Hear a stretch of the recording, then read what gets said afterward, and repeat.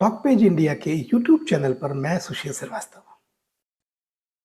अभी जो आपने स्क्रीन पर जो तस्वीरें देखी हैं, वह तस्वीर एक साधारण तस्वीर नहीं है।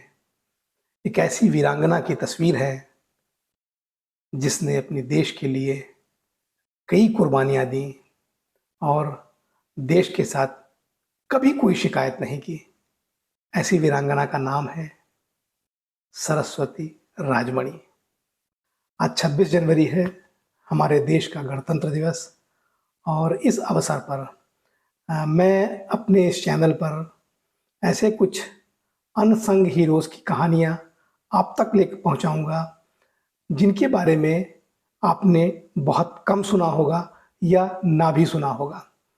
ऐसे बहुत से अनसंग हीरोज़ हैं जिन्होंने आज़ादी के परवाने बनकर इस देश की आज़ादी के लिए संघर्ष किया, और यही नहीं, ऐसे बहुत से हीरोज़ हैं जिनको हम लोगों में से कोई इतने वर्ष बीत जाने के बाद भी जानता नहीं था। कुछ लोगों ने उसके बाद उनमें उनको सम्मान प्राप्त हुआ, पर कुछ लोग और उनके परिवार सालों सालों तक संघर्ष का जीवन बीतते बीते अंततः परमात्मा की गति को प्राप्त हो गए। ऐसे ही कुछ अनसंग हीरोज़ की कहानी लेकर, एक-एक कहानी लेकर मैं आपके सामने आऊँगा। अभी कुछ दिन पहले हमने अपने नेताजी सुभाष चंद्र बोस का जन्म दिवस मनाया था। उन्हीं के साथ काम करने वाली एक महा तपस्विनी और आज़ादी की एक संघर्ष में जीने वाली, अपने उन उन दिनों में भी जब वो आज़ादी के लिए लड़ाई लड़ रही थी या उसके बाद आज़ादी के बाद हुए अपने तमाम संघर्षों के बीच वो जीविका की तरह जीवित रहीं, और ऐसी ही एक महिला जिसका नाम था सरस्वती राजमणि। शायद हम में से बहुत लोगों ने इनका नाम नहीं सुना होगा। सरस्वती राजमणि एक वीर बहादुर महिला थी। राजमणि का जन्म बर्मा में स्वतंत्रता सेनानियों के परिवार में 1927 में हुआ था। उनके पिता त्रिची के एक समृद्ध खनिक व्यापारी थे और स्वतंत्रता संग्राम के कट्टर समर्थक भी हुआ करते थे। इसलिए ब्रिटिश अधिकारियों की गिरफ्तारी से बचने के लिए वह बर्मा में बस गए। राजमणि एक उदार परिवार में पली बड़ी लड़कियों में से एक थी, और ऐसा परिवार था जो समृद्धता के साथ साथ उदार भी था, और इसलिए लड़कियों पर कोई प्रतिबंध लागू नहीं होते थे। ये गहरी देशभक्त लड़की मुश्किल से 10 वर्ष की रही होगी जब इसकी मुलाकात महात्मा गांधी से होती है। महात्मा गांधी जो उस समय रंगून में उनके एक महलनुमा मकान में उनसे मिलने के लिए आए थे, क्योंकि राजमणि का पूरा परिवार गांधी जी से मिलने के लिए इकट्ठा हुआ था, और तब तक गांधी जी एक स्वतंत्रता संग्राम के एक महत्वपूर्ण नेता बन चुके थे। तो परिवार ने पूरे अपने गांधी जी को अपना परिचय दिया, परंतु छोटी राजमणि उस जगह मौजूद नहीं थी और वो गायब थी। जब उसे ढूंढा गया तो पता लगा वो अपने बागीचे में उस 10 साल की बच्ची निशानेबाजी की प्रैक्टिस कर रही थी। तो जब देखा तो गांधी जी को आश्चर्य हुआ, और गांधी जी ने राजमणि से पूछा कि उसे बंदूक की ज़रूरत क्यों पड़ी। तो राजमणि का जवाब था, अंग्रेज़ों को गोली मारने के लिए, और क्यों। और ये जवाब उसने बिना गांधी जी की ओर देखे हुए, बिना उनसे मुतासिर हुए दिया था। गांधी जी ने उसको समझाने की नीयत से कहा, बच्चे, हिंसा अच्छी बात नहीं होती है। हम अहिंसक तरीकों से अंग्रेज़ों से लड़ाई लड़ रहे हैं, और आपको भी ऐसा ही करना चाहिए। उस छोटी सी बच्ची राजमणि का उत्तर था, हम लुटेरों को गोली मारते हैं कि नहीं, और ये अंग्रेज़ हमारे देश को लूट रहे हैं, और मेरा दृढ़ संकल्प है कि मैं बड़ी हो जाऊंगी तो कम से कम एक अंग्रेज़ को गोली जरूर मारूंगी। जैसे जैसे राजमणि बड़ी हुई, उसने नेताजी सुभाष चंद्र बोस और उसकी भारतीय राष्ट्रीय सेना के बारे में बहुत कुछ सुनना शुरू कर दिया। अभी वो सिर्फ 16 वर्ष की थी। कि बोस ने द्वितीय विश्व युद्ध के दरमियान आईएनए के लिए धन इकट्ठा करने और स्वयंसेवकों की भर्ती के लिए रंगून का दौरा किया। गांधी जी और भारतीय राष्ट्रीय कांग्रेस के विपरीत बोस जी ने ब्रिटिश उपनिवेशवाद से भारत को आज़ाद कराने के लिए हथियार उठाने का आग्रह किया। उनके उग्र भाषण से, उनके इस जोशीले और उग्र भाषण से प्रभावित होकर राजमणि ने अपने सभी कीमती सोने और हीरे के आभूषण उतार दिए और उसे भारतीय राष्ट्रीय सेना को दान कर दिया।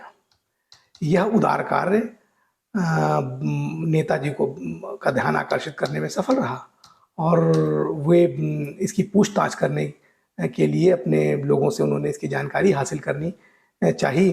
तो पता लगा कि राजमणि ने, जो एक 10 साल की बच्ची है, उसने अपने सभी सोने और हीरे के जवाहरात सेना को दान कर दिए हैं।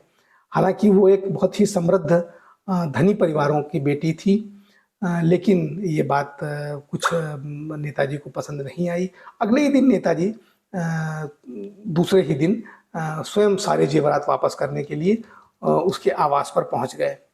राजमणि के पिता से मिलने पर उन्होंने कहा कि आपकी बेटी ने मासूमियत के कारण अपने सारे गहने हमें दे दिए हैं और मैं उसे लौटाने आया हूं। उनके पिता, जो स्वयं एक स्वतंत्रता सेनानी थे और जिन्होंने खुद बोस जी को बड़े पैमाने पर दान दिया था, जवाब में बस मुस्कुरा दिए। पर राजमणि ने कहा, वे मेरे पिता के नहीं हैं, वे मेरे हैं और मैं उन सबको आपको दे दिया है और मैं उन्हें वापस नहीं लूंगी। किशोरी इतनी जिद्दी थी कि बोस उसके दृढ़ संकल्प की प्रशंसा किए बिना न रह सके। नेताजी ने कहा, लक्ष्मी आती है और जाती है, लेकिन सरस्वती नहीं। आपके पास सरस्वती का ज्ञान है, इसलिए मैं तुम्हारा नाम आज से सरस्वती रखता हूं। इस तरह उसी दिन से राजमणि सरस्वती राजमणि बन गई। उसी बैठक में 16 वर्षीय इस बच्ची ने अपनी सेना में भर्ती करने के लिए नेताजी से आग्रह किया। अगले ही दिन नेताजी ने राजमणि को, सरस्वती राजमणि को और उसके 4 दोस्तों को आईएनए की खुफिया शाखा में जासूस के रूप में भर्ती कर लिया। युवा लड़कों के रूप में इन लड़कियों ने, अब उनको लड़कियों से लड़कों के भेष में तब्दील किया गया, क्योंकि बहुत ही यंग एज की बच्चियां थीं। तो इन युवा लड़कों के रूप में इन लड़कियों ने ब्रिटिश सैन्य शिविरों और उनके अधिकारियों के घरों में जाकर काम करने शुरू कर दिया। दुश्मन की रेखाओं के पीछे एजेंटों के रूप में वे ब्रिटिश अधिकारियों से सरकारी आदेश और सैन्य खुफिया सूचनाएं इकट्ठा करके आईएनए को पहुंचाना शुरू कर दिया। राजमणि एक लड़के के रूप में मणि के नाम से रहती थी और उनके दोस्तों ने ब्रिटिश आंदोलनों पर खुफिया जानकारी इकट्ठा करने के लिए करीब करीब 2 वर्ष तक लड़कों के रूप में उन घरों का काम किया।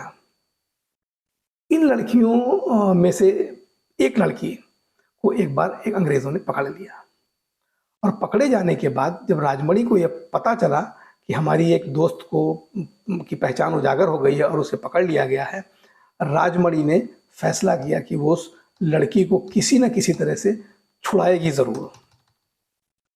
और उसके बाद सरस्वती राजमणि ने अपने आप को एक नाचने वाली लड़की के रूप में तैयार किया।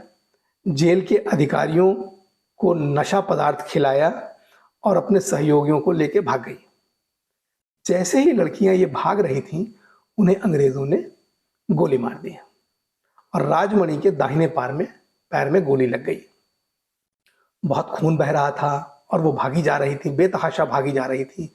और मौका जैसे ही उन्हें मिला किसी तरह छुपने का, तो राजमणि और उसके दोस्त मिलकर के एक पेड़ के ऊपर चढ़ गए और फिर 3 दिनों तक उस घायलावस्था में राजमणि और उसके दोस्त उस पेड़ की डाली पर बैठे रहे और तब तक जब तक कि अंग्रेज वहां से चले नहीं गए।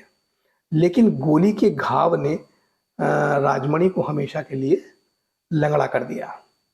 लेकिन राजमणि को इस पर गर्व महसूस होता था। उनके लिए आईएनए जासूस के रूप में काम करना और उन रोमांचक दिनों को याद करना बाद के दिनों में बहुत उन्हें अच्छा लगने लगा था। और वो इस बात पर बहुत गर्व महसूस करती थी कि हमारी एक टांग, एक पैर ज़रूर चला गया है, अपाहिज हो गई हूँ, लेकिन ये मैं देश की आज़ादी में अपना एक पाँव गँवाने वाली एक महिला हूँ। उन्हें इस बात पर बहुत गर्व था। तो राजमणि अक्सर याद करती थीं कि नेताजी उनकी बहादुरी से कितने खुश हुए थे और उन्हें आईएनए की झांसी रानी की झांसी ब्रिगेड में लेफ्टिनेंट का पद दिया था। यही नहीं, जापानी सम्राट तक ने उन्हें अपने हाथों से एक पदक से नवाजा था। और इसके बाद जब हम आज़ाद हो गए 1947 में, 1947 में आज़ादी के बाद आईएनए को नेताजी ने भंग कर दिया और सभी को निर्देश दिया कि जो आईएनए के सदस्य हैं वो सभी लोग जो हैं भारत लौट जाएं और अपना जाकर के वहाँ पर योगदान, जो भी जिस क्षेत्र में है वो अपना योगदान दे सकता है।